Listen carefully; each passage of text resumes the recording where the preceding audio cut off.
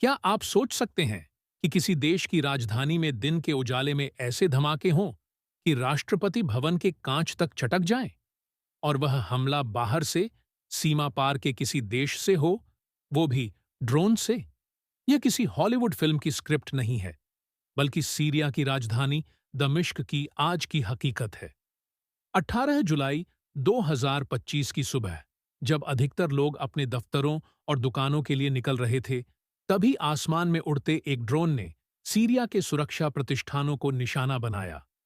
यह drone Israel की ओर से लॉन्च किया गया था, और इसके पीछे की कहानी सिर्फ हमला नहीं है, बल्कि एक गहरी साजिश, एक रणनीतिक संदेश और एक आने वाले संकट की आहट है, जो पूरे पश्चिम एशिया को झकझोर सकता है।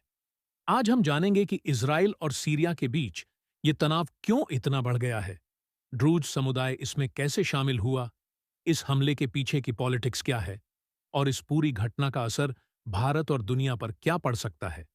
और सबसे अहम, क्या हम एक और वेस्ट एशिया वॉर की ओर बढ़ रहे हैं? सीरिया की राजधानी दमिश्क में सुबह 8:46 पर तेज धमाके की आवाज आई।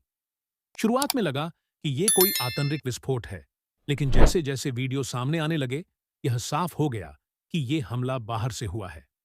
कुछ ही समय बाद सीरिया की सरकार ने बयान जारी किया कि यह हमला इजराइल की ओर से भेजे गए एक सशस्त्र ड्रोन द्वारा किया गया है।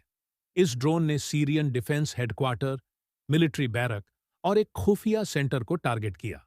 स्थानीय मीडिया रिपोर्ट्स के अनुसार इस हमले में कम से कम 17 लोग घायल हुए हैं, जिनमें 5 सैनिक हैं।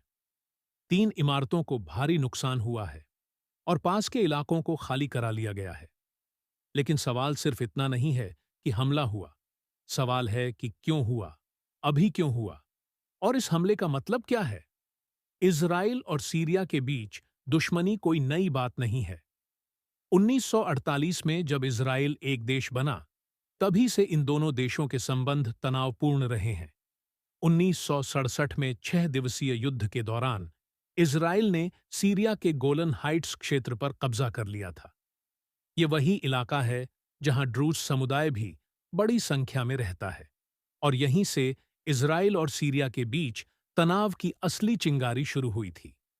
1982 में इजराइल ने लेबनान पर हमला किया था, लेकिन सीरियन सेना ने इसका विरोध किया था। इसके बाद से सीरिया लगातार इजराइल की नीतियों का विरोध करता रहा है, खासकर फिलिस्तीन मुद्दे पर। इजराइल सीरिया पर ईरान को समर्थन देने और हिजबुल्लाह जैसी आतंकवादी ताकतों की मदद का आरोप लगाता है। और अब 2025 में हालात फिर उसी दिशा में जा रहे हैं। ड्रूज समुदाय एक धार्मिक और सांस्कृतिक रूप से अलग पहचान रखने वाला समुदाय है, जो सीरिया, लेबनान, इजराइल और जॉर्डन में फैला हुआ है। हाल ही में सीरिया के स्वेदा क्षेत्र में ड्रूज समुदाय ने इजराइल विरोधी प्रदर्शन किए।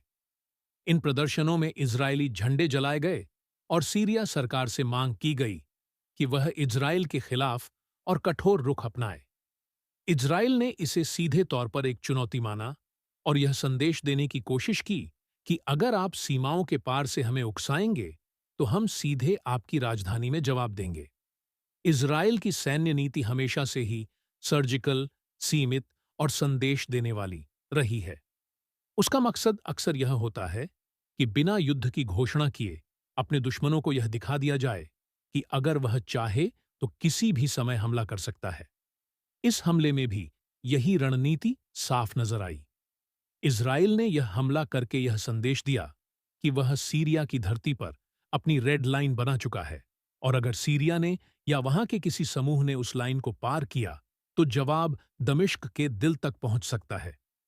इस समय इजराइल को 3 स्तरों पर फायदा हो रहा है। एक, आंतरिक राजनीति में मजबूती। प्रधानमंत्री नेतन्याहू पर भ्रष्टाचार के आरोप हैं और उनके खिलाफ देश में विरोध प्रदर्शन हो रहे हैं।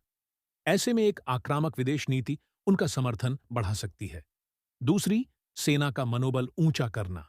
इजरायली डिफेंस फोर्स (आईडीएफ) हमेशा सीमाओं के बाहर प्रेक्टिव कार्रवाई को बेहतर मानती है। तीसरी, ईरान को चेतावनी। चूंकि सीरिया में ईरान समर्थित मिलिशिया सक्रिय हैं, यह हमला उन्हें भी संदेश देता है।